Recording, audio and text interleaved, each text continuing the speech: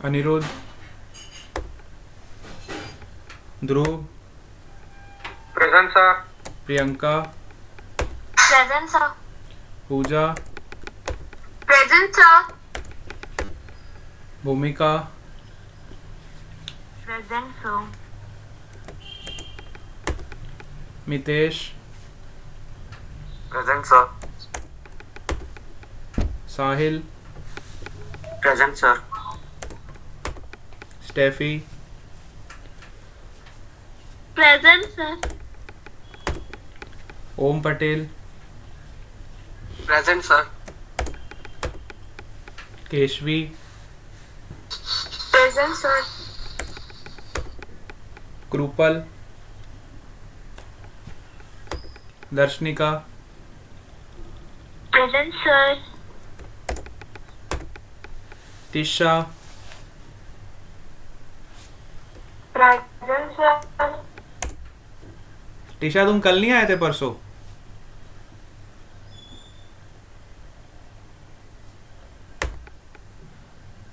दर्शित,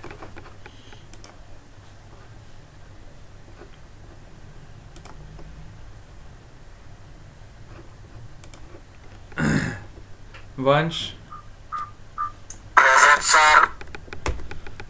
मयूर, present sir.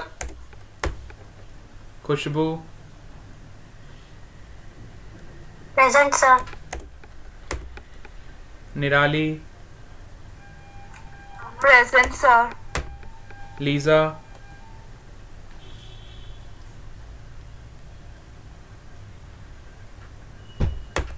Tanushree, Deep, present sir. Present. Tanvi, present sir. Shivani, present sir. Kenil, संजो, Aditi, Jeel, Abban, Eban present sir. Eban is present. Disha, चलो SVV में कोई आया बेटा? मेरे ख्याल से उनका आज एग्ज़ाम होगा तो नहीं आए होंगे, maybe. No SVV students? I don't know sir. अच्छा, अनिरुद्ध इज प्रेजेंट।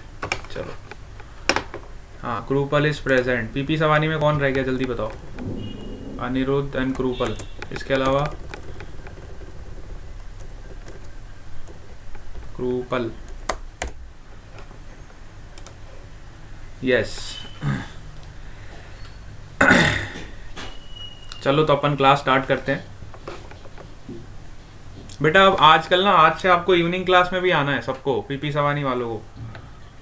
अब हम पहले बोर्ड का सिलेबस कवर करेंगे फटाफट, है ना, क्योंकि आप लोगों का एग्ज़ाम्स आने वाले हैं और हमें अब थोड़ी सी स्पीड चाहिए। तो मॉर्निंग इवनिंग दोनों टाइम में हम पहले ये वाला पार्ट कवर कर लेंगे, आपका एनसीईआरटी वाला पूरा, ठीक है? रिफ्रैक्शन ऑफ स्फेरिकल मिरर्स वाला रिवाइज कराओ। रिफ्रैक्शन बेटा पढ़ा तो दिया था मैंने, स्फेरिकल मिरर्स का। कौन सा वाला पार्ट है बेटा? देखना एक बार, मैं स्क्रीन शेयर कर रहा हूँ।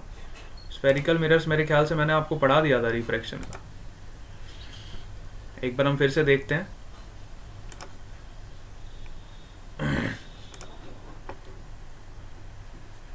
इवनिंग क्लास में बेटा सबको आना है ना? इवनिंग क्लास में भी सबको आना है। आज हम रिफ्रैक्शन ऑफ स्फेरिकल मिरर्स ही पढ़ने वाले हैं, वैसे भी रिफ्रैक्शन ऑफ स्फेरिकल मिरर्स ही पढ़ेंगे। तो अभी मैंने चालू ही कहाँ किया है? मैंने स्फेरिकल मिरर्स का रिफ्रैक्शन तो चालू किया ही नहीं बेटा। मैंने पढ़ाया क्या आपको स्फेरिकल मिरर्स का रिफ्रैक्शन? मेरे ख्याल से नहीं पढ़ा है मैंने।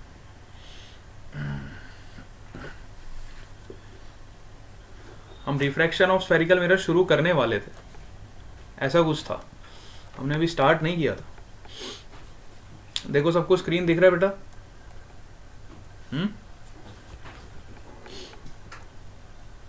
Yes sir. है ना? तो ये रिवीजन कैसे करने को बोल रहे हो? मैंने तो रिफ्रैक्शन ऑफ स्फेरिकल मिरर अभी आपको शुरू ही नहीं करवाया। अभी तो हमने ग्लास स्लैब और ये सब डिस्कस कर लिया था, है ना?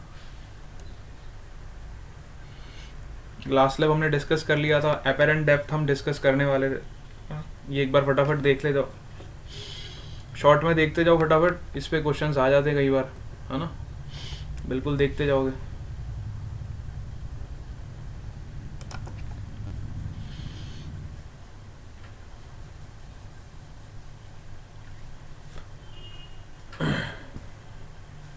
ठीक है, देखो एपेरेंट डेप्थ ऑफ लिक्विड क्या होता है। सपोज करो हमारे पास पानी है, ठीक है, हमें पता है बाहर की तरफ देखो रेयर मीडियम है और अंदर की तरफ आपका डेंसर मीडियम है, ठीक है, जल्दी जल्दी देखते जाना फटाफट। ये हमारा एयर है और ये हमारा वाटर है, दोनों का रिफ्रैक्टिव इंडेक्स अलग अलग है। अब जैसे हमने कोई ऑब्जेक्ट पानी में रखा, देखो हमने इस ऑब्जेक्ट को पानी में रखा, बेटा क्लास में जल्दी आया करो, मैं एडमिट नहीं करूँगा अब, फिर बहुत वो टाइम वेस्ट होता है। एक तो बार बार ये लेट जो आते हैं उनको कितनी बार बोलना पड़ता है। हाँ, अभी बेटा मैंने रिफ्रैक्शन ऑफ स्फेरिकल मिरर पढ़ाया ही नहीं है, इसलिए तुम्हें नहीं आ रहा होगा, क्योंकि हम उस टॉपिक पे गए ही नहीं हैं। अब कई बच्चे ना बहुत आगे चले जाते हैं खुद से ही, अच्छी बात है, आगे जाओ, मैं तो कह रहा हूँ जितना अपने सेल्फ स्टडी में आप आगे जा सकते हो बिल्कुल जाओ, है ना। और हम भी अब कोशिश करेंगे कि बहुत अच्छे से कोर्स को कंप्लीट करें और जल्दी से करें, है ना, ताकि हमें ज़्यादा से ज़्यादा टाइम रिवीजन के लिए मिल सके, है ना।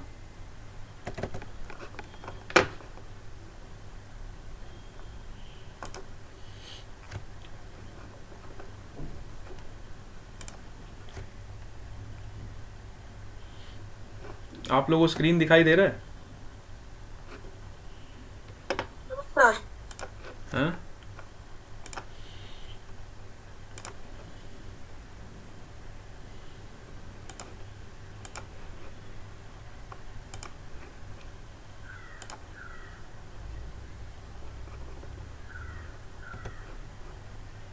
मेरा पेन ही नहीं आ रहा है, पता नहीं क्या चक्कर पड़ गया इसमें। एक मिनट ज़रा वेट करोगे?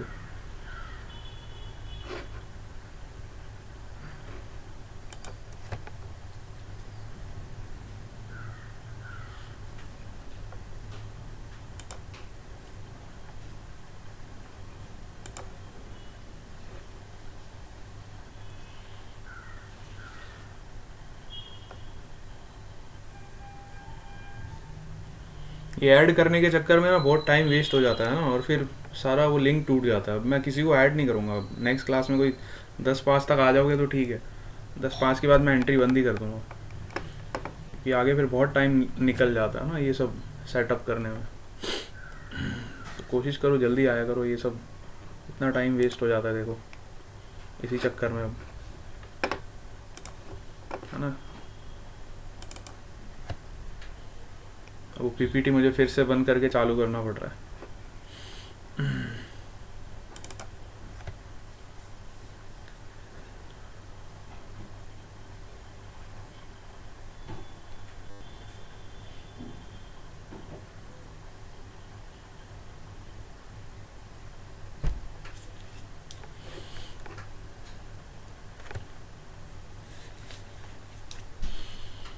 आप सब इवनिंग क्लास में भी आओगे सब लोग, हाँ, मॉर्निंग इवनिंग दोनों क्लास में आना है आप लोगों को, क्योंकि अब हम जो कोर्स पढ़ने वाले हैं वो ऑप्टिक्स ही चलेगा सुबह और शाम, और पहले हम यही सारा बोर्ड के टॉपिक सारे कवर कर देंगे, ठीक है। ये भी सिलेबस आपका कवर जितना अच्छे से हो जाएगा उतना बढ़िया रहेगा। आप लोगों को मेरी आवाज़ तो सुनाई दे रही है ना?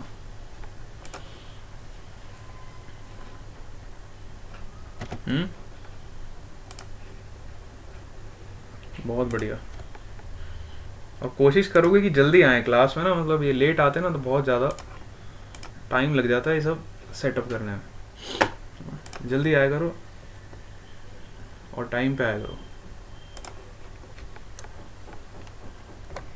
चलो देखो, हमारे पास सपोज करो एक कंटेनर है और इस कंटेनर के अंदर पानी भरा हुआ है, ठीक है। अब हम सबको पता है पानी का रिफ्रैक्टिव इंडेक्स अलग होता है और एयर का रिफ्रैक्टिव इंडेक्स अलग होता है ना। तो पानी का रिफ्रैक्टिव इंडेक्स हमने म्यू भी एज्यूम कर लिया और एयर का रिफ्रैक्टिव इंडेक्स म्यू एज्यूम, ठीक है। This is your rarer medium, this is your denser medium. हमने एक ऑब्जेक्ट को रखा पानी के अंदर, ठीक है, ये हमारा ऑब्जेक्ट है। देखो आपको कॉइन के जैसा एक ऑब्जेक्ट दिखाई दे रहा है। अब हुआ क्या, जैसे इस ऑब्जेक्ट से लाइट पास हो रही है तो देखो जिस मीडियम से जब ये बाहर निकलेगी तो इस पॉइंट पे ये लाइट बेंड हो जाएगी आपकी, ठीक है। और ये बेंड कैसे होगी कि if light is travelling from denser to rare medium it will bend always away from the normal, ठीक है। और जो लाइट आपकी एकदम स्ट्रेट जा रही है देखो वो सीधे चली जाएगी विदाउट एनी बेंडिंग, है ना। तो मैंने आपको पहले ही बताया था रिफ्रैक्शन का मतलब ये नहीं है हमेशा लाइट आपकी बेंड हो जाएगी। अगर आपकी लाइट स्ट्रेट पास हो रही है तो वो सीधी पास हो जाएगी। यहाँ पे एंगल ऑफ इंसिडेंस देखो 0 है तो एंगल ऑफ रिफ्रैक्शन भी 0 होगा, ये वाली लाइट आपकी स्ट्रेट चली जाएगी, ठीक है। बात समझ आई आपको? यस और नो? अब देखो जब हमने इस रिफ्रैक्टेड रे को पीछे की तरफ एक्सटेंड किया तो यहाँ पे कहीं हमें इमेज बनती हुई दिखाई दे रही है, ठीक है। तो ऑब्जेक्ट हमने जबकि यहाँ पे रखा है और इमेज हमें यहाँ पे दिखाई दे रही है, तो यहाँ से जो ऑब्जर्वर देखेगा बेटा, यहाँ से जो ऑब्जर्वर मतलब अगर आप सपोज करो यहाँ से अपनी आंखें लगा के देख रहे हो उसको, आप अपनी आंखों से इसको देखोगे तो आपको दिखाई देगा कि ये जो ऑब्जेक्ट है आपको इधर दिखाई देगा बिकॉज ऑफ रिफ्रैक्शन, है ना। असली में ऑब्जेक्ट हमने नीचे रखा हुआ है लेकिन आपको कहाँ पे दिखाई देगा, थोड़ा सा ऊपर शिफ्ट होता हुआ दिखाई देगा। This is because of refraction, ठीक है। तो यही प्रोसेस को हम समझेंगे। तुम्हें पता है देखो हाइट ऑफ ऑब्जेक्ट हमें गिवन है which is HR and height of image is HA, ठीक है। ये आपकी रियल डेप्थ है, इसको HR इसलिए बोला गया क्योंकि ये रियल डेप्थ है आपकी, है ना। रियल डेप्थ बोलो या फिर रियल हाइट बोलो, one of the same thing. और ये आपकी एपरेंट डेप्थ बोलो या फिर एपरेंट हाइट बोलो। एपरेंट का मतलब होता है जो आपको दिखाई दे रहा है और रियल का मतलब जो आपको दिखाई नहीं दे रहा है। असली में ये है लेकिन जो आपको दिखाई दे रहा है वो ये है, ठीक है। जो दिखता है वो होता नहीं है, ऐसा आपने कहावत सुनी होगी ना। तो बिल्कुल सही बात है, यहाँ पे आप उसको फील भी कर लो, रिफ्रैक्शन में बिल्कुल ऐसा ही हो रहा है ना।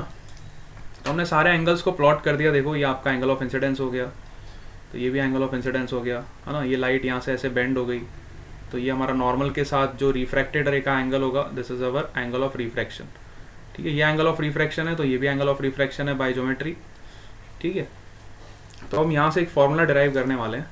पहले हमने स्नेल्स लॉ को अप्लाई किया, mu B A is equal to sine I upon sine r, ठीक है।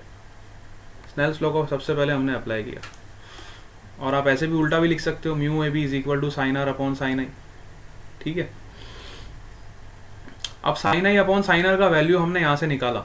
ये ट्राइंगल आपको दिखाई दे रहा है, यहाँ से साइन आई का वैल्यू देखोगे तो आपको क्या मिलेगा, देखो sine i is perpendicular upon sine i आपका टेन आई के बराबर होगा। अगर आपका एंगल ऑफ इंसिडेंस बहुत स्मॉल है तो ये आपका साइन आई किसके बराबर हो जाएगा, टेन आई के बराबर, ठीक है। और साइन आर किसके बराबर हो जाएगा, टेन आर के बराबर, ठीक है। अगर ये एंगल बहुत ही छोटे हैं तो साइन आई और टेन आई सेम हो जाते हैं। और टेन आई की वैल्यू आप अगर इस ट्राइंगल से निकालोगे तो देखो परपेंडिकुलर अपॉन बेस, है ना, परपेंडिकुलर अपॉन बेस, है ना। तो टेन आई की वैल्यू अगर आप ट्राइंगल से देखो, बड़े ध्यान से देखो, टेन आई क्या हो जाएगा, परपेंडिकुलर को मान लो x, तो हो जाएगा x upon HR real depth, है ना। और टेन आर क्या हो जाएगा आपका x अपॉन HA, ठीक है। तो जब दोनों को आप डिवाइड करोगे tan i upon tan i करोगे, यही आपका साइन आई अपॉन साइन आर के बराबर आएगा, ठीक है। जब आप इन दोनों इक्वेशंस को डिवाइड करोगे तो HA अपॉन HR आपको देखो उल्टा हो जाएगा, है ना, उल्टा हो जाएगा। तो आपका म्यू ए भी क्या हो जाएगा, HR अपॉन HA के बराबर, ठीक है। Real depth upon apparent depth. उसमें समझने की बात खाली इतनी है कि जब आपको एपरेंट डेप्थ निकालनी है, एपरेंट डेप्थ निकालने के लिए हमेशा आप रियल डेप्थ को रिफ्रैक्टिव इंडेक्स से डिवाइड कर दोगे, refractive index of B with respect to A, ठीक है। अब यहाँ भी इसका भी आपको ध्यान रखना पड़ेगा, हम क्वेश्चंस के थ्रू अभी देखेंगे, ठीक है। चलो ये पॉइंट सबको क्लियर हो गया, वैसे ये आप डिस्कस कर चुके थे, है ना। फटाफट अब हम आगे चलते हैं नेक्स्ट पॉइंट पे। ये वाला पॉइंट हमें क्लियर हो गया सबको, यस सर। है ना। चलो ठीक है, ये हम इमेज वाला पॉइंट डिस्कस कर चुके थे मेरे ख्याल से, ठीक है। तो एपरेंट शिफ्ट कितना होता है, शिफ्ट कितना हो जाएगा, शिफ्ट का मतलब होता है HR माइनस HA, इतना आपकी इमेज जो है वो शिफ्ट हो गई है। मतलब ऑब्जेक्ट आपका यहाँ पे था और इमेज आपकी यहाँ पे बन रही है, तो इतनी हमारी शिफ्टिंग हो गई। शिफ्टिंग निकालने के लिए हम क्या करेंगे, रियल में से एपरेंट को सबट्रैक्ट कर देंगे, रियल में से एपरेंट को सबट्रैक्ट कर देंगे। और एपरेंट हमें पता है क्या होता है, रियल अपॉन म्यू, तो यहाँ से कॉमन ले लोगे HR को, तो 1 minus 1 upon mu. This relation is also important, कई बार एग्जाम में एपरेंट शिफ्ट पूछा जाता है, तो आपको डायरेक्टली इस इक्वेशन का यूज़ करना है। और जब आपको एपरेंट डेप्थ पूछा जाएगा तो आप ये वाला इक्वेशन यूज़ कर सकते हो, ठीक है। तो दोनों फॉर्मूले बहुत इंपॉर्टेंट है, अगर आप डायरेक्टली इसको याद रखते हो तो न्यूमेरिकल में काफ़ी काम आएंगे। यहाँ पे हमने इसको समझ भी लिया किस तरह से आया, और फॉर्मूले अगर आप याद रखोगे तो क्वेश्चन सॉल्व करने में बहुत आसानी हो जाएगी। चलो टिप्स देख लो क्या है। If the observer is in rarer medium and the object is in denser medium then h is less than h r. बिल्कुल सही बात है। अब यहाँ पे हमारा ऑब्जेक्ट कहाँ पे बेटा, ऑब्जेक्ट हमारा अभी डेंसर मीडियम में, ठीक है। अगर ऑब्जेक्ट डेंसर मीडियम में तो एच ए हमेशा एच आर से कम ही होगा, लेकिन अगर ऑब्जेक्ट आपका रेयरर मीडियम में है ना, इसने देखो बिल्कुल एग्जाम्पल देके भी समझाया गया। अगर यहाँ पे कोई बर्ड देख रही है, कोई मान लो कोई पंछी उड़ता हुआ आ रहा है और वो यहाँ से ऐसे देख रहा है, तो उस पंछी को ये मछली कहाँ पे दिखाई देगी। सपोज यहाँ पे एक मछली घूम रही है पानी में, है ना, तो ये पंछी को ये मछली देखो यहाँ पे नहीं दिखाई देगी, यहाँ से थोड़ी ऊपर शिफ्ट होती हुई दिखाई देगी। It is because of refraction. Refraction की वजह से जो असली में चीज़ है वो नहीं दिखाई देगी। इस बर्ड को क्या दिखाई देगा कि ये फिश जो है वो इतना ऊपर शिफ्ट हो गई, ठीक है। पानी के अंदर जब वो बर्ड देखेगी तो उसको फिश ऊपर की तरफ शिफ्ट होती हुई दिखाई देगी। बात समझ आ रही। और इसका उल्टा होगा, अगर हमारा ऑब्जर्वर जो है डेंसर मीडियम में है and the object is in rarer medium then h is greater than h r, ठीक है। इसका बिल्कुल उल्टा होगा। अगर मान लो मछली बर्ड को देखेगी, सपोज करो, अभी तो मैंने आपको वो वाला केस बताया जब आपकी जो बर्ड है वो मछली को देख रही है। अब मछली अगर बर्ड को देखेगी तो उसको बर्ड यहाँ पे नहीं दिखाई देगी, उसको बर्ड थोड़ी ऊपर शिफ्ट होती हुई दिखाई देगी। आप तो ये आपको टिप्स बताई गई हैं दोनों केसेस देखो बिल्कुल इंपॉर्टेंट है। कई बार आपको बोला जाएगा कि बर्ड मछली को देख रही है, कई बार आपको बोला जाएगा मछली बर्ड को देख रही है। तो इस पे क्वेश्चंस इस तरह के फ्रेम हो जाते हैं। एपरेंट शिफ्ट निकालना पड़ता है और एपरेंट डेप्थ निकालना पड़ता है, ठीक है। तो ये दोनों फॉर्मूले काफ़ी इंपॉर्टेंट है न्यूमेरिकल पॉइंट ऑफ व्यू से। इस पे एग्जाम में एक आध क्वेश्चन कई बार आ जाता है, ठीक है। ये वाला केस सबको क्लियर हो गया? Yes yes sir. चलो बहुत बढ़िया, आगे चलते हैं अपन। Total internal reflection. देखो इस प्रोसेस को खाली आपको समझना है कि ये होता क्या है। TIR जनरली हमने देखा होगा डायमंड का, अगर मैं एग्जांपल लूँ तो डायमंड में होता क्या है, हम सब ने डायमंड की रिंग देखी हुई है। अब डायमंड में जब लाइट एंटर करती है तो जब लाइट एंटर करती है तो वो क्या होती है, इंटरनली रिफ्लेक्ट होती रहती है ना। एक बार लाइट अंदर घुस गई डायमंड के तो वो इंटरनली रिफ्लेक्शन प्रोसेस वहाँ पे शुरू हो जाता है। इतनी बार रिफ्लेक्ट होती है, इतनी बार रिफ्लेक्ट होती है कि डायमंड हमें शाइन होता हुआ दिखाई देता है। डायमंड इतना चमकता है इसलिए बिकॉज ऑफ TIR, है ना। तो अब इस TIR को समझते हैं, क्योंकि डायमंड के चमकने का कारण क्या है आज आपको वो पता चल जाएगा। तो TIR में क्या होता है, it is the phenomena of complete reflection of light back into the same medium, ठीक है, for angle of incidence greater than critical angle medium. अच्छा, TIR होने के लिए जो कंडीशन दी गई है बेटा, बड़े ध्यान से सुनना। अगर आपका angle of incidence critical angle से ज़्यादा है ना, मैं आपको सारे केस यहाँ पे डिस्कस करने वाला हूँ क्रिटिकल एंगल के, खाली आप इतना समझो कि अगर आपका angle of incidence critical angle से ज़्यादा है तो मतलब वहाँ पे TIR होने की पूरी संभावना, ठीक है। TIR तब होता है जब हमारा angle of incidence critical angle से ज़्यादा होता है। जैसे हमारे पास सपोज करो ये ग्लास स्लैब है जो आपको भी दिखाई दे रहा है, ठीक है। तो ग्लास स्लैब से देखो जो हमने ऑब्जेक्ट रखा हुआ है, यहाँ से एक लाइट सीधी आई तो सीधी चली गई, है ना। जो सीधी लाइट है वो एकदम सीधी सीधी चली गई। ध्यान से देखो, ऑब्जेक्ट से जो स्ट्रेट लाइट है वो एकदम स्ट्रेट पाथ पे चली गई विदाउट एनी डेविएशन। लेकिन यहाँ पे भी हमारा रिफ्रैक्शन हो रहा है। रिफ्रैक्शन इसलिए हो रहा है क्योंकि लाइट हमारी टेंसर से रेयरर में जा रही है, वो बात अलग है कि बेंड नहीं हो रही। सेकेंड केस में देखो लाइट हमारी इस एंगल पे जा रही है, तो जब एंगल पे जा रही है तो कुछ बेंड होके अवे फ्रॉम द नॉर्मल निकल गई, ठीक है। बात समझ आई? अब जैसे जैसे मैं एंगल ऑफ इंसिडेंस को इंक्रीज करता जाऊंगा, मतलब एंगल ऑफ इंसिडेंस आपका ये वाला, इस एंगल को जब मैं बढ़ाता जाऊंगा तो एक टाइम ऐसा आएगा जब ये आपका एंगल क्रिटिकल एंगल को अप्रोच कर जाएगा। जैसे कि मैंने एंगल ऑफ इंसिडेंस को और बढ़ा दिया, देखो एंगल ऑफ इंसिडेंस को मैंने और इंक्रीज कर दिया, तो देखो कुछ पोर्शन ऑफ लाइट अंदर आनी शुरू हो रही है धीरे धीरे, है ना। पहले थोड़ी सी आई, अब थोड़ी और ज़्यादा आई, अब देखो और ज़्यादा एंगल ऑफ मैंने इंसिडेंस को इंक्रीज कर दिया, एंगल ऑफ इंसिडेंस को मैंने और ज़्यादा बढ़ा दिया। इतना ज़्यादा बढ़ा दिया कि लाइट आपकी देखो रिफ्रैक्ट तो हो रही है लेकिन वो पैरेलल चली गई, है ना। रिफ्रैक्शन पूरी तरह से नहीं हो पाई, मतलब बाहर नहीं जा पाई एयर में, वो ग्लास स्लैब के पैरेलल चली गई। इस रे को हम बोलते हैं ग्रेजिंग रे, मैंने आपको बताया था। जो लाइट रे आपकी रिफ्रैक्शन के बाद मीडियम के पैरेलल चली जाती है, इस रे को हम बोलते हैं ग्रेजिंग रे। ठीक है, अब सपोज करो मैंने एंगल ऑफ इंसिडेंस और ज़्यादा बढ़ा दिया, इतना ज़्यादा बढ़ा दिया, इतना ज़्यादा बढ़ा दिया, तो एक क्रिटिकल एंगल मुझे मिल गया। ठीक है, इतना ज़्यादा एंगल ऑफ इंसिडेंस बढ़ा दिया तो ये आपका क्रिटिकल एंगल हो गया, जिसपे आपकी लाइट रे एयर में नहीं गई, वो सारी की सारी अंदर की तरफ वापस चली गई, मतलब सेम मीडियम से गई और वापस सेम मीडियम में वापस आ गई। ठीक है, तो इस क्रिटिकल एंगल पे हम बोल सकते हैं कि इस पॉइंट पे इस लाइट का TIR हो गया। TIR का मतलब है टोटल इंटरनल रिफ्लेक्शन हो गया। तो टोटल इंटरनल रिफ्लेक्शन की कंडीशन होती है, वो किस एंगल पे होता है, वो उस क्रिटिकल एंगल पे होता है। ठीक है ना, जैसे आप एंगल ऑफ इंसिडेंस बढ़ाते जाओगे, देखो पहले एंगल ऑफ इंसिडेंस 0 था, सेकेंड रे पे एंगल ऑफ इंसिडेंस कुछ I हो गया, थर्ड रे के लिए फिर I' हो गया, फोर्थ रे के लिए इतना ज़्यादा हो गया कि वो क्रिटिकल एंगल के बराबर हो गया।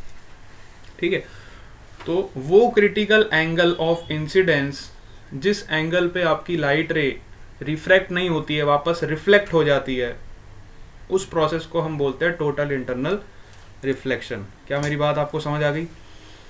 तो खाली इस प्रोसेस को आपको समझना है। What is TIR? बोर्ड में क्वेश्चन आता है direct, explain total internal reflection with a good example. तो आप बढ़िया से ग्लास स्लैब बनाओ, बढ़िया से ये सारी रेज को शो करो और इस प्रोसेस को एक्सप्लेन करो अपने वर्ड्स में। क्या मेरी बात आपको समझ आ गई? यस और नो? सिंपल है। इसमें कुछ टफ जैसा है तो बताओ मेरे को, है ना बेटा? इस पे क्वेश्चन आता है TIR पे, मतलब 99% चांस है कि एक क्वेश्चन इस पे आ जाएगा, 3 नंबर में आ जाएगा या फिर 4 नंबर में आ जाएगा। आपको एक्सप्लेन करना पड़ेगा अकॉर्डिंग टू मार्क्स। ठीक है, तो ये देखो पूरी की पूरी लाइट रे आपकी अंदर की तरफ आ गई, है ना? मतलब क्रिटिकल एंगल पे जस्ट आपकी लाइट का टोटल इंटरनल रिफ्रैक्शन हुआ है ना? टोटल इंटरनल रिफ्लेक्शन आपका जो हुआ है वो क्रिटिकल एंगल पे हुआ है। लेकिन अगर आपका angle of incidence critical angle से ज़्यादा है तो 100% आपकी लाइट अंदर आनी है। वो लाइट फिर आपकी पैरेलल भी नहीं जाएगी, वो सीधा अंदर आ जाएगी। तो मैं ये कह सकता हूँ कि अगर हमारा एंगल ऑफ इंसिडेंस या तो क्रिटिकल एंगल के बराबर है या तो क्रिटिकल एंगल के इक्वल है, तो इस कंडीशन पे हमारा TIR होता है। कई बार ये कंडीशन डायरेक्टली पूछ ली जाती है, what is the condition of total internal reflection? So you have to write this, if angle of incidence is greater than और equal to critical angle then TIR will occur. You have to write this statement और इसको example से ऐसे show कर सकते हो। ठीक है, कंडीशंस ऑफ TIR देख लो। अब ये कंडीशन बहुत इंपॉर्टेंट है। पहली कंडीशन क्या है? The incident ray must be in a denser medium. अब कई बच्चे बोलेंगे सर रेयरर मीडियम से TIR क्यों नहीं हो रहा? नहीं होगा, रेयरर मीडियम से कभी भी TIR नहीं होता है। मतलब ऑब्जेक्ट आपका हमेशा डेंसर मीडियम में होना ज़रूरी है। अगर ऑब्जेक्ट आपका डेंसर मीडियम में है तभी आपका टोटल इंटरनल रिफ्लेक्शन हो सकता है। देखो यहाँ पे हमने ऑब्जेक्ट जितने भी केसेस कंसिडर किए सब में हमारा ऑब्जेक्ट क्या है बेटा? डेंसर मीडियम के अंदर है ना? तो पहली कंडीशन तो ये बहुत इंपॉर्टेंट है। अब कई बच्चे बोलेंगे सर ऑब्जेक्ट हम बाहर रख देंगे एयर में, है ना? TIR की पहली कंडीशन ही यही है कि आपका ऑब्जेक्ट डेंसर मीडियम में होना चाहिए और एंगल ऑफ इंसिडेंस हमेशा क्रिटिकल एंगल या फिर उससे ज़्यादा होना चाहिए। तो ये दो कंडीशन जब सेटिस्फाई हो जाएगी तो हमारा हम कह सकते हैं कि TIR हो जाएगा। तो ये कंसेप्ट बहुत इंपॉर्टेंट है। इस पॉइंट को आप अपने नोटबुक में नोट डाउन करोगे। What are the conditions of TIR? These 2 conditions are very important conditions. ठीक है, ये आपको पता होनी चाहिए। क्लियर है? आगे चलते हैं अपन। Relation between critical angle and refractive index, है ना? तो अब इनके बीच का रिलेशन देखते हैं क्या होता है। ठीक है, तो बिल्कुल रिलेशन आप देख सकते हो, इधर ही मैं आपको बता देता हूँ क्रिटिकल एंगल और इसके बीच का रिलेशन क्या होता है ना? यहाँ पे एग्जांपल से समझ लो। जैसे क्रिटिकल एंगल वो एंगल होता है जिस एंगल पे हमारा TIR जस्ट आकर होता है। TIR जस्ट ऑकर होता है मतलब आपकी लाइट रे ग्रेज हो जाती है। ऐसे ग्रेज हो जाती है तो एंगल ऑफ रिफ्रैक्शन कितना हो जाता है? 90 डिग्री हो जाता है ना? इस क्रिटिकल एंगल पे जब हमारा TIR होता है तो हमारा रिफ्रैक्शन एंगल कितना हो जाता है? 90 हो जाता है। तो स्नेल्स लॉ लगा सकते हैं। सपोज करो मीडियम आपका 1 है और ये वाला मीडियम आपका 2 है, तो स्नेल्स लॉ अप्लाई करो। μ1 sin IC which is equal to μ2 कितना होगा? एयर का रिफ्रैक्टिव इंडेक्स होता है 1, μ2 sin 90। ठीक है, बात समझ आ गई, है ना? तो यहाँ पे आप क्रिटिकल एंगल निकाल सकते हो, sine i c is equal to 1/μ1 और i c is equal to sine inverse 1/μ1।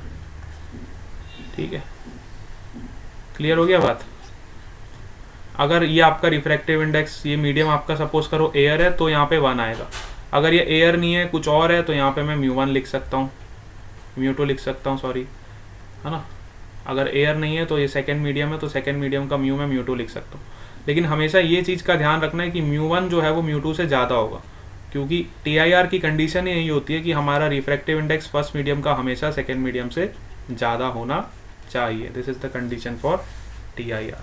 ठीक है, तो सिंपल सी भाषा में आप इसको समझ गए, और इस रिलेशन को काफ़ी ध्यान से रखें, क्योंकि स्नेल्स लॉ ही हमने यहाँ पे अप्लाई किया है, और ये सब तो फॉर्मूले, ये सब आप डिराइव कर सकते हो। देखो यही चीज़ हमने यहाँ पे डिराइव कर दी, है ना।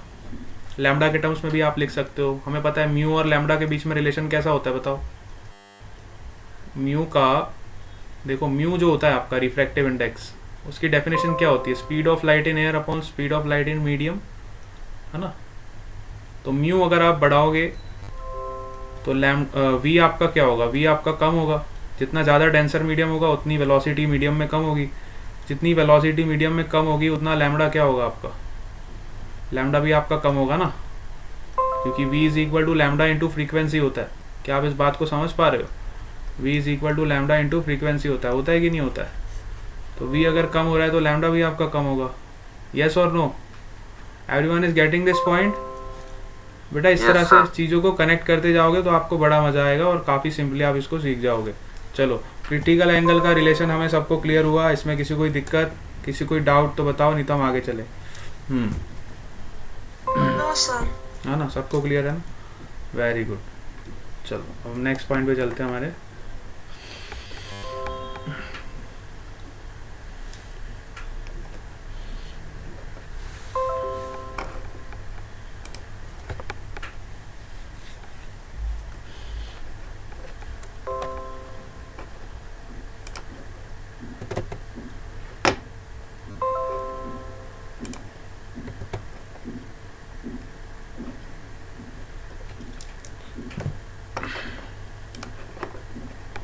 एकदम से क्या हो गया इसको,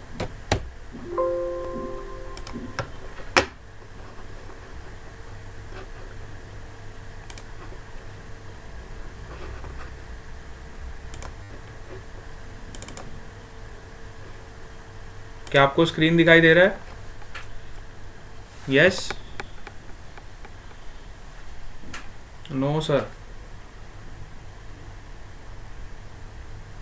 बेटा ऑप्टिक्स का वेटेज बहुत ज़्यादा है, तो इस ऑप्टिक्स वाले चैप्टर को बहुत अच्छे से प्रिपेयर करोगे सब लोग, है ना। रे ऑप्टिक्स का वेटेज बहुत ज़्यादा है ना। रे ऑप्टिक्स, वेव ऑप्टिक्स जो मैं आपको पढ़ा रहा हूँ, इनका वेटेज काफ़ी ज़्यादा है, तो इन चैप्टर्स को बहुत अच्छे से प्रिपेयर करो, इसके नोट्स बहुत अच्छे से बनाओगे, है ना। चलो, तो हमारा TIR वाला कंसेप्ट भी हमें क्लियर हो गया, टोटल इंटरनल रिफ्लेक्शन हमें क्लियर हो गया, है ना।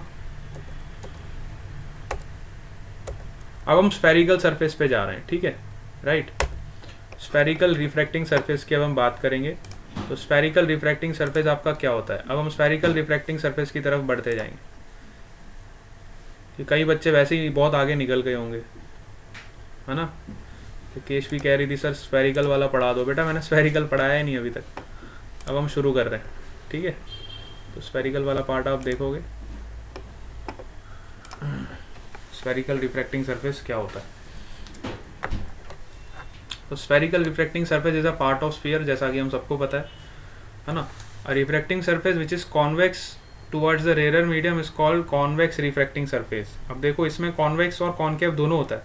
जैसे हम मिरर में पढ़ते थे ना, मिरर में हम क्या पढ़ते थे कि अगर हमारा मिरर ऐसा है और यहाँ से हमने पॉलिश कर दिया है, तो ये आपका कॉन्केव मिरर है, ठीक है।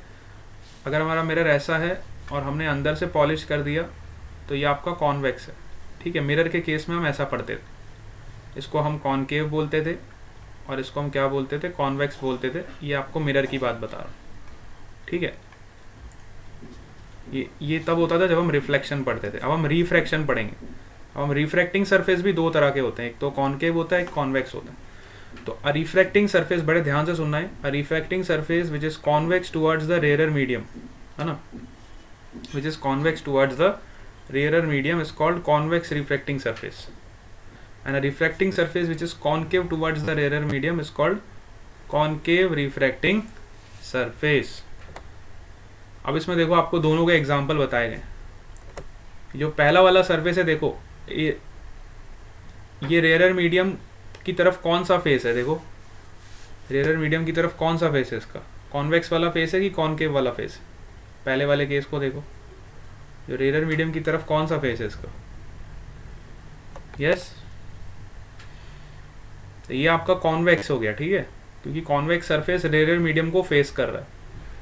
So this is known as convex refracting surface, ठीक है। अब यहाँ पे देखो आपका कॉन्केव सरफेस जो है, ये जो कॉन्केव सरफेस है ये रेयर मीडियम को फेस कर रहा है।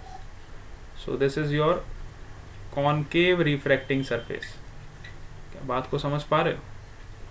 This is your concave refracting surface. ये हमारी कॉन्केव रिफ्रैक्टिंग सरफेस है और ये हमारी कॉन्वेक्स रिफ्रैक्टिंग सरफेस है। यस और नो? सबको पता चल गई बात? कॉन्केव रिफ्रैक्टिंग सरफेस और convex refracting surface, yes yes sir. चलो बहुत बढ़िया। अब देखो इसमें भी हमारा सेम प्रोसेस होगा। मिरर में जैसे हम रिफ्लेक्शन पढ़ते थे, यहाँ पे हम रिफ्रैक्शन पढ़ेंगे, ठीक है। जैसे मिरर में हम रिफ्लेक्शन पढ़ते थे, वहाँ यहाँ पे हम रिफ्रैक्शन पढ़ेंगे। तो ये हमारा ऑब्जेक्ट है, देखो, है ना, सेंटर ऑफ कर्वेचर, पोल, इसमें भी पोल होता है ना, इसमें भी सेंटर ऑफ कर्वेचर है आपका, देख लो, ठीक है। पी और सी के बीच के डिस्टेंस को हम बोलते हैं आर, ठीक है। तो यहाँ पे देखो centre of curvature C, P is your pole and A P C P is your principal axis. बाकी सारा आपका साइन कन्वेंशन बिल्कुल सेम रहेगा, है ना, जैसे हम मिरर में यूज़ करते थे वैसे हम यहाँ पे भी यूज़ करेंगे, ठीक है। अब एजम्पशंस है कुछ, ये आपको पता होने चाहिए। पहला assumption, object is the point object lying on the principal axis. यहाँ पे हम ऑब्जेक्ट कैसा कंसिडर करेंगे? पॉइंट ऑब्जेक्ट कंसिडर करेंगे जो प्रिंसिपल एक्सिस पे लाई करेगा, ठीक है। Second assumption, the incident ray and the refracted ray makes a small angles with the principal axis. हमेशा आपका आई का वैल्यू और जो एंगल ऑफ रिफ्रैक्शन का वैल्यू है वो हमेशा स्मॉल होगा। ये एजम्पशंस के बाद हम उसको डिराइव करेंगे, ठीक है। थर्ड एजम्पशन हम क्या लेंगे? द अपर्चर, अपर्चर मतलब आपका डायमीटर कर्व सरफेस का, इज़ वेरी वेरी स्मॉल, है ना। ये एजम्पशंस आपको पता होने चाहिए। अब आ जाओ साइन कन्वेंशन भी देख लो एक बार। Incident ray is taken from left to right, ये तो हमको पता ही है, इंसिडेंट रे हमेशा लेफ्ट टू राइट से आती है। All the distances are measured from the pole of the refracting surface. ये भी हम जो मिरर में फॉलो करते थे बिल्कुल सेम साइन कन्वेंशन इधर भी फॉलो करेंगे। सारे के सारे डिस्टेंस हम कहाँ से मेजर करेंगे? पोल से मेजर करेंगे, ठीक है। थर्ड पॉइंट देखो, the distance measured along the direction of incident ray are positive. देखो बिल्कुल सेम साइन कन्वेंशन है जैसा हम मिरर में यूज करते थे, तीनों साइन कन्वेंशन बिल्कुल वैसे के वैसे ही हैं। चौथा वाला देखो, the vertical distance is measured up from the principal axis is positive and the downward direction is negative. मतलब इसमें कोई भी चेंज नहीं है। मतलब जो आपने मिरर अगर अच्छे से समझा हुआ है, मिरर के सारे केसेस मैंने आपको पढ़ाए थे कॉनकेव और कॉन्वेक्स के, वहाँ पे आपने अच्छे से सारा साइन कन्वेंशन लेके सॉल्व किया था। बिल्कुल वैसा ही साइन कन्वेंशन हम इधर भी यूज़ करेंगे, लेकिन यहाँ पे हमारा प्रोसेस का नाम क्या होगा? रिफ्रैक्शन। यहाँ पे हम रिफ्लेक्शन नहीं पढ़ेंगे, यहाँ पे हम क्या पढ़ेंगे? रिफ्रैक्शन पढ़ेंगे, बिल्कुल सेम साइन कन्वेंशन के साथ, ठीक है। चलो तो आ जाओ, जैसे ये हमारा सपोज करो सरफेस हमें इस तरह का दे रखा है, ठीक है। Refraction at the convex surface. Convex क्यों बोला गया है? क्योंकि कॉन्वेक्स सरफेस इसका रेयरर मीडियम की तरफ फेस कर रहा है। रेयरर मीडियम की तरफ जो सरफेस आपका फेसिंग होगा उस तरह का रिफ्रैक्टिंग सरफेस ये कहलाएगा। बात समझ आई? तो रेयरर मीडियम की तरफ हमारा कॉन्वेक्स सरफेस है, तो ये आपका कॉन्वेक्स रिफ्रैक्टिंग सरफेस हो गया, ठीक है। तो प्रिंसिपल एक्सिस है हमारी, ये हमारा पोल है और ये हमारा सेंटर ऑफ कर्वेचर है। यहाँ पे सपोज करो हमने ऑब्जेक्ट को रखा, अब देखते जाओ कहानी। तो देखो पहली रे जो पास हो रही है, ये वाली रे जो ऑब्जेक्ट से निकल रही है, ये जैसे यहाँ पे टकराई, टकराने के बाद बेंड हो गई, है ना। बेंड क्यों हो गई? क्योंकि मीडियम चेंज हो गया। देखो अब इस पॉइंट पे आप एक टेंजेंट लाइन ड्रॉ करो और एक नॉर्मल बनाओ, ठीक है। ठीक है, तो इस तरह से आपकी कुछ नॉर्मल आएगी, नॉर्मल आपकी इस तरह से कुछ आएगी। ठीक है, तो जैसे ही आपकी लाइट रे रेयरर से डेंसर जाएगी तो it will bend towards the normal, तो नॉर्मल की तरफ ही आपकी लाइट रे बेंड हो गई। और जो रे आपकी सीधी पास होगी जिसका एंगल ऑफ इंसिडेंस 0 होगा, वो विदाउट एनी रिफ्रैक्शन सीधी चली जाएगी। ये दोनों रे जहाँ पे टकराएगी, इंटरसेक्ट करेगी, यहाँ पे आपकी इमेज फॉर्म हो जाएगी। ठीक है, दोनों रेज आपकी जहाँ पे इंटरसेक्ट करेंगी, यहाँ पे आपकी इमेज फॉर्म हो जाएगी। सही बात है कि नहीं? बिल्कुल सेम फंडा हमने यहाँ पे भी अप्लाई किया। आप खाली इस डायग्राम को बहुत अच्छे से देखते जाओ, आपको सारी चीज़ें क्लियर होने लग जाएंगी, है ना। इस डायग्राम को बहुत अच्छे से ऑब्जर्व करो। ये हमारा मीडियम है, रेयरर मीडियम, ये हमारा डेंसर मीडियम। ठीक है, ये ऑब्जेक्ट हमने यहाँ पे रखा, तो दोनों रे का जहाँ पे इंटरसेक्शन होगा यहाँ पे हमारी इमेज का फॉर्मेशन हो जाएगा। ठीक है, हमारी इमेज का फॉर्मेशन देखो यहाँ पे हो जाएगा। ठीक है, ये हमारी इमेज फॉर्म हो गई। क्लियर है सबको? इसमें तो किसी कोई दिक्कत नहीं, इमेज कैसे फॉर्म हुई।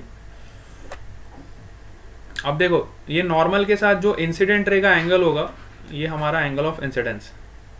नॉर्मल के साथ जो इंसिडेंट रे का एंगल होता है, इसी को तो हम बोलते हैं एंगल ऑफ इंसिडेंस, है ना। तो हमने ये AM लाइन कंस्ट्रक्ट कर दी। सिमिलरली नॉर्मल के साथ जो रिफ्रैक्टेड रे का एंगल होगा, ये हमारी रिफ्रैक्टेड रे है जो यहाँ पे जा रही है, इसको हम बोलेंगे एंगल ऑफ रिफ्रैक्शन। ठीक है, कंसेप्ट सारे वही हैं। अब हमने ये एंगल अल्फा एज्यूम कर लिया और ये एंगल बीटा एज्यूम कर लिया। सिमिलरली ये वाला एंगल गामा एज्यूम कर लिया। अल्फा किसके साथ एंगल है, बड़े ध्यान से देखना, इंसिडेंट रे के साथ एंगल है। बड़े ध्यान से देखते जाओ। Alpha is the angle which is from the incident रे, beta is the angle which is making from the refracted रे, and gamma is the angle which is making with the normal रे। तो तीनों रे हमारी यहाँ पे आ गई, इंसिडेंट रे, रिफ्रैक्टेड रे एंड नॉर्मल रे। और तीनों के साथ जो एंगल्स बन रहे हैं प्रिंसिपल एक्सिस के साथ, वो हमें दिया हुआ है अल्फा, बीटा एंड गामा। क्या यहाँ तक सबको क्लियर हो गया? यस और नो? जल्दी से बताओ मेरे को। यस, यहाँ तक सबको क्लियर है बेटा? All of you, let me know. Yes sir. बहुत बढ़िया, Yes, sir. है ना। तो अब ये दोनों के बीच का जो डिस्टेंस होता है हमें पता है, इसको हम बोलते हैं R। ठीक है, P और C के बीच का डिस्टेंस, पोल और सेंटर ऑफ कर्वेचर के बीच का डिस्टेंस क्या होता है? रेडियस ऑफ कर्वेचर, है ना। इसी को तो बोलते हैं हम रेडियस ऑफ कर्वेचर। चलो, तो सपोज करो ऑब्जेक्ट का पोल से डिस्टेंस कितना है, U, है ना। जैसा कि हम मिरर में भी लेते थे, वैसा हम यहाँ पे भी लेंगे। और इमेज का पोल से डिस्टेंस कितना है, V है। ठीक है, इमेज का पोल के साथ डिस्टेंस कितना है, V। ठीक है, तो अब यहाँ पे ज्योमेट्री लगाएंगे हम। जो एंगल ऑफ इंसिडेंस है आपका, वो देखो अल्फा प्लस गामा के बराबर होगा। देखो, ये जो एंगल ऑफ इंसिडेंस है, ये किसके बराबर होगा? अल्फा प्लस गामा के बराबर। क्यों होगा? क्यों होगा? क्या कोई रीज़न दे सकता है? आपने बचपन में ट्राइंगल पढ़ा था। ट्राइंगल में आपको एक प्रॉपर्टी पढ़ाई गई थी कि exterior angle is equal to sum of interior angles. क्या प्रॉपर्टी आपको पता है या भूल गए हो? बचपन में ट्राइंगल पढ़ा होगा तो आपको पता होगी कि एक्सटीरियर एंगल जो होता है, जो ट्राइंगल के बाहर का एंगल होता है, वो इंटीरियर एंगल्स के सम के बराबर होता है। यस और नो? अरे हाँ ना तो बोल दो। Yes sir. है ना। तो ये देखो, ये वाला जो ट्राइंगल आपको दिखाई दे रहा है OAC, इसके लिए एक्सटीरियर एंगल कौन सा हुआ? I, और इसके लिए इंटीरियर एंगल्स कौन से हो गए? अल्फा और गामा। ठीक है, तो मैंने लिख दिया exterior angle I is equal to alpha plus gamma. Similarly अगर मैं गामा की बात करूं, तो गामा जो है, ये एक्सटीरियर एंगल किस ट्राइंगल के लिए है? ये एक्सटीरियर एंगल इस ट्राइंगल के लिए है, ACI। अगर आप ACI ट्राइंगल देखो, ये वाला छोटा वाला, तो इसके लिए एक्सटीरियर एंगल आपका गामा है। और गामा किसके बराबर होगा? R प्लस बीटा के बराबर। R और बीटा देखो इंटीरियर एंगल्स है ट्राइंगल के, और गामा उसके लिए एक्सटीरियर एंगल है। तो मैंने लिख दिया gamma is equal to R plus beta. ठीक है, और आप इसको ऐसे भी लिख सकते हो, R is equal to gamma minus beta, इसको रीअरेंज करके। ठीक है, अब tan अल्फा की वैल्यू किसके बराबर होगी? बड़े ध्यान से देखो, ये प्रूफ है जो एग्जाम में पूछा जाता है ना, बोर्ड एग्जामिनेशन में बहुत बढ़िया सा प्रूफ ये आता है, और 3 से 4 नंबर में प्रूफ आएगा। आपको इसको प्रूफ करके बताना पड़ेगा डायग्राम के साथ। तो इस प्रूफ को बहुत अच्छे से समझ लो, इसलिए मैं आपको अच्छे से एक्सप्लेन कर रहा हूँ। तो यहाँ पे देखो, tan अल्फा का वैल्यू हमें निकालना है। तो इस ट्राइंगल को बड़े ध्यान से देखोगे तो tan अल्फा का वैल्यू किसके बराबर होगा? AM अपॉन एमओ, ठीक है। तो ए एम अपॉन एमओ मैंने लिख दिया। और you can say if the alpha is very very small, क्योंकि हमने एजम्पशन में सब मान लिया है पहले से ही कि हमारे जितने भी एंगल्स हैं सब बहुत ही छोटे हैं, है ना। तो एंगल्स अगर बहुत छोटे हैं तो tan अल्फ़ा को मैं अल्फ़ा के बराबर लिख सकता हूँ, है ना। तो अल्फ़ा किसके बराबर हो जाएगा, A M upon M O के बराबर हो जाएगा, ठीक है। सिमिलरली tan बीटा को देखो, tan बीटा के लिए कौन सा ट्राइंगल देखोगे, tan beta is equal to A M upon M I, है ना। और बीटा भी बहुत छोटा एंगल है तो उसको भी मैं बीटा के बराबर लिख सकता हूँ, which is M A upon M I. Similarly tan gamma देखो, तो tan गामा के लिए आप ये वाला ट्राइंगल देखोगे which is A M upon M C, है ना। और बहुत ही छोटा एंगल है तो मैं उसको गामा से रिप्लेस कर सकता हूँ, which is A M upon M C. तो मैंने अल्फ़ा बीटा गामा तीनों को रिप्रेजेंट कर दिया from this triangles. 3 different triangles मैंने देखे। पहला कौन सा देखा, देखो ए ओ एम बड़ा वाला, जिसमें मैंने tan अल्फ़ा निकाला। फिर मैंने देखा ए एम आई, जिसमें मेरे को tan बीटा मिला। और फिर मैंने देखा ए एम सी, जिसमें मुझे tan गामा मिला। तीनों में अगर देखा जाए तो कॉमन साइड हमारी क्या है, ए एम, है ना। तीनों के लिए जो कॉमन साइड है तीनों ट्राइंगल्स के लिए, this is your triangle number 1, this is your triangle number 2, बड़ा वाला triangle number 2, and this is छोटा वाला ट्राइंगल नंबर 3, ठीक है। तो तीनों के लिए कॉमन साइड आपकी कौन सी, M A M A M A. ध्यान से देखते जाओ, ठीक है। अब according to the Snell's law, अब देखो घुमा फिरा के बाद कहाँ पे आ गई, स्नेल्स लॉ पे आ गई। क्यों आ गई, क्योंकि हम रिफ्रैक्शन पढ़ रहे हैं। रिफ्रैक्शन पढ़ेंगे मतलब स्नेल्स लॉ तो आना ही आना है, ये हमें मान के चलो। इसको तो हम भूल नहीं सकते ना, स्नेल्स लॉ को कैसे भूल सकते। तो स्नेल्स लॉ हमने यहाँ पे अप्लाई कर दिया, which is sine I upon sine R is equal to mu 2 upon mu 1, ठीक है। लिख सकता हूँ कि नहीं लिख सकता। और अगर एंगल बहुत छोटा है, क्योंकि हम एज्जम्पशन पहले ही ले चुके हैं कि जितने भी एंगल्स है वो सारे के सारे बहुत छोटे हैं, तो साइन आई को मैं आई के बराबर लिख सकता हूँ और साइन आर को किसके बराबर लिख सकता हूँ, आर के बराबर लिख सकता हूँ। बिल्कुल लिख सकता हूँ, इसमें कोई दिक्कत वाली बात नहीं है, ठीक है। अब यहाँ से आपको एक नया रिलेशन मिल गया, which is mu 1 I is equal to mu 2 R, mu 1 I is equal to mu 2। अब यहाँ पे आप सारी वैल्यू को सब्सटीट्यूट करोगे। देखो म्यू 1 इंटू आई, आई का वैल्यू क्या है, देखो अल्फा प्लस गामा। तो अल्फा का वैल्यू क्या है, M A upon M O, और गामा का वैल्यू क्या है, M A upon M C. तो आपको यहाँ पे वैल्यू सब्सटीट्यूट करना पड़ेगा। Mu 1 into alpha plus gamma it is equal to mu 2 into R, R का वैल्यू क्या है, देखो गामा माइनस बीटा, ठीक है।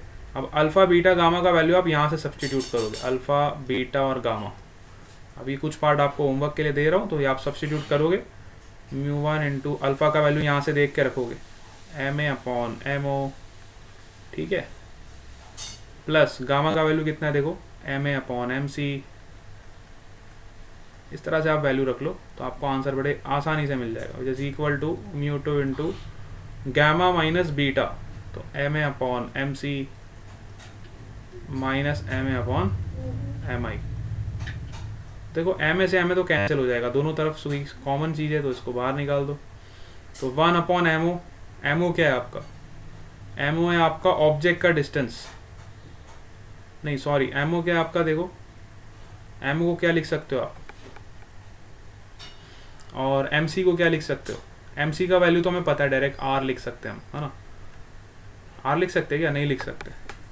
हमें सारे डिस्टेंस तो पोल से पता है ना, एम से थोड़ी पता है। तो एम से डिस्टेंस हमें निकालने पड़ेंगे यहाँ पे एम ओ का वैल्यू आपको निकालना पड़ेगा, एम सी का निकालना पड़ेगा और एम आई का वैल्यू निकालना पड़ेगा, ठीक है। तो जब आप इसको सब्सटीट्यूट करोगे, है ना, अब हम ऐसा अज्यूम करते हैं कि ये जो एम है ना बेटा, ये पी के बहुत ही नज़दीक है, ठीक है, ऐसा हम मान के चलते हैं।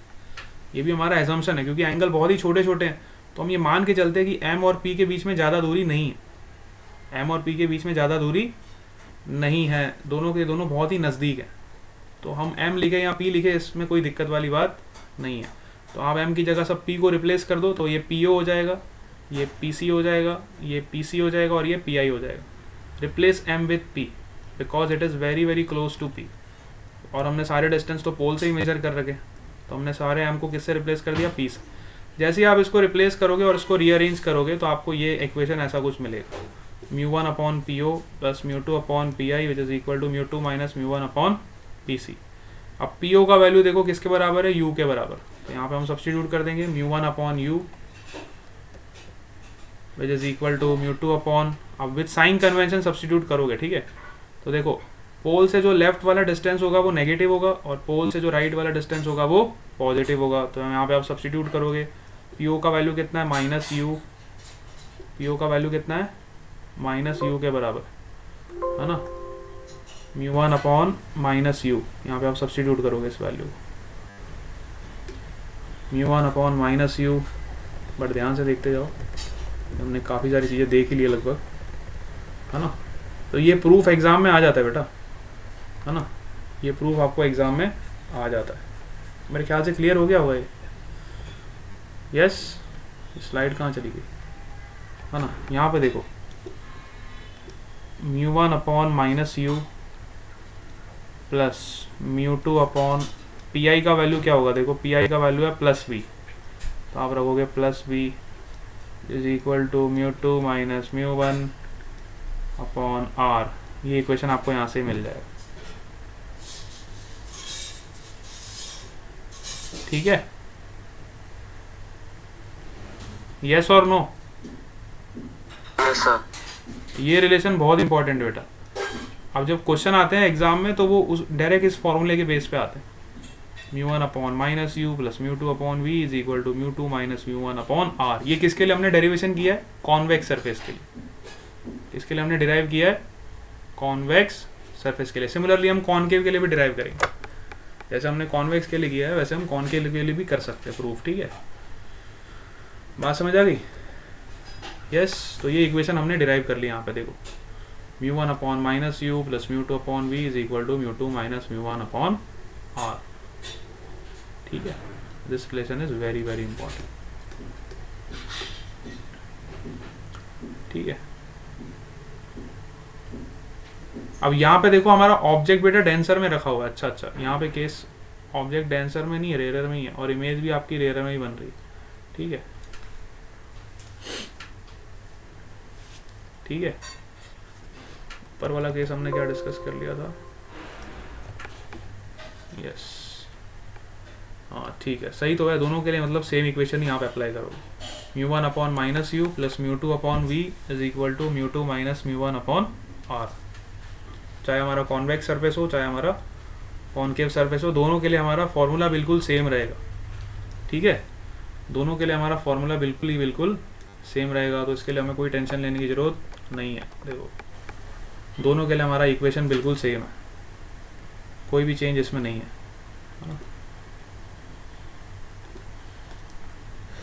कॉन्वेक्स सरफेस के लिए भी देख लो और कॉनकेव के लिए भी देख लो, दोनों में इक्वेशन कोई भी चेंज नहीं।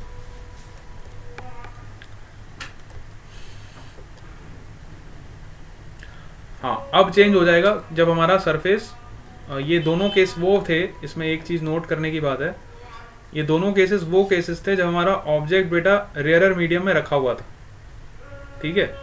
ऑब्जेक्ट कहाँ पे रखा हुआ था, रेयरर मीडियम में। ये जो दोनों फॉर्मूले यहाँ पे आप देख रहे हो ये उसके लिए है जब आपका ऑब्जेक्ट जो है बेटा रेयरर मीडियम में। रेयरर मीडियम के लिए हमने ये इक्वेशन यूज़ करी, from rarer to denser, from rarer to denser. This is the most important point. Rarer to denser के लिए हमारे इक्वेशन में कोई भी मॉडिफिकेशन नहीं है, लेकिन अगर ये डेंसर टू रेयरर हो गया, है ना, सपोज करो डेंसर टू रेयरर मीडियम की अगर हम बात करें तो हमारे फॉर्मूले में चेंज आ जाएगा, क्योंकि हमारा ऑब्जेक्ट बेटा डेंसर मीडियम में, अब ऑब्जेक्ट रेयरर मीडियम में नहीं है, ऑब्जेक्ट हमारा डेंसर मीडियम में और इमेज हमारी रेयरर में बन रही है। तो थोड़ा सा मॉडिफिकेशन क्या होगा कि आपका mu one upon minus u की जगह क्या हो जाएगा, mu two upon minus u. जैसे पहले वाली इक्वेशन में हम क्या करते थे, mu one upon minus u plus mu two upon v, ऐसे लिखते थे ना, is equal to mu two minus mu one upon R. तो इसमें आपका क्या मॉडिफाई हो जाएगा, देखो mu one will be replace by mu two, ठीक है। तो म्यू टू की जगह पे क्या आ जाएगा, म्यू वन, और mu two minus mu one की जगह पे क्या हो जाएगा, mu one minus mu two. ये आपका मॉडिफिकेशन हो जाएगा जब आपका ऑब्जेक्ट डेंसर मीडियम में रखा गया होगा। क्या इस बात को आप समझ पा रहे हो?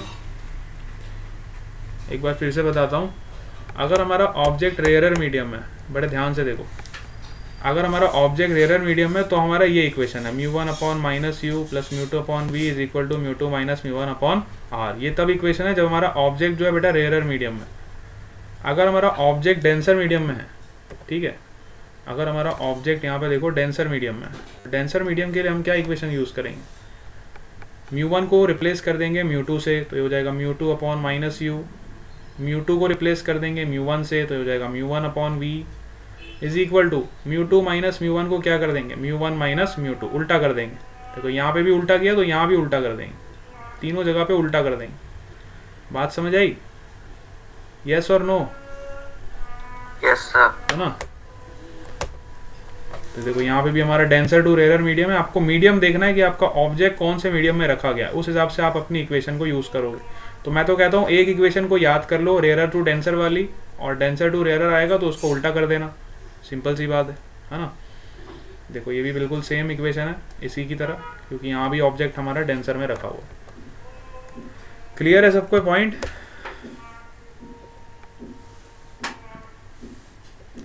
ठीक है। देखो यहाँ पे दोनों की जगह वही चीज़ बताई गई है, दोनों इक्वेशंस को कंपेयर किया गया है। तो जो रेयर मीडियम में जब हमारा ऑब्जेक्ट रखा जाएगा तो हम इस इक्वेशन का यूज़ करेंगे, और जब डेंसर मीडियम में हमारा ऑब्जेक्ट को रखा जाएगा तो हम इस इक्वेशन का यूज़ करेंगे। आप कोई भी एक इक्वेशन को याद कर लो, मैं तो कहता हूँ फर्स्ट इक्वेशन को याद कर लो, और सेकंड आप उसका स्वैप कर देना, म्यू 1 को म्यू 2 से, म्यू 2 को म्यू 1 से, और म्यू 2 माइनस म्यू 1 को क्या कर दोगे म्यू 1 माइनस म्यू 2। क्या मेरी बात समझ आ गई? देखो कितना ईजी हो गया है प्रूफ, है ना? काफ़ी सिंपल हो गया। अगर हम इस तरीके से इसको याद करें तो हमें कोई दिक्कत नहीं आएगी। क्लियर?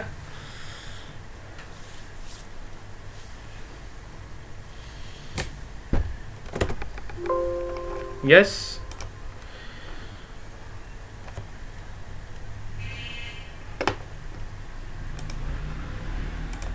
चलो अभी हम क्लास को यहीं पे एंड कर रहे हैं, और इवनिंग क्लास में बेटा यही मैं कंटिन्यू करने वाला हूँ आज। तो इवनिंग क्लास को ज्वाइन करना सब लोग, है ना? हम इसी स्लाइड को यहीं से कंटिन्यू करेंगे इवनिंग क्लास में, हमारा कोर्स जल्दी कंप्लीट हो जाएगा फिर, है ना? इवनिंग क्लास में सब ज्वाइन करना, ठीक है? चलो bye bye to all of you.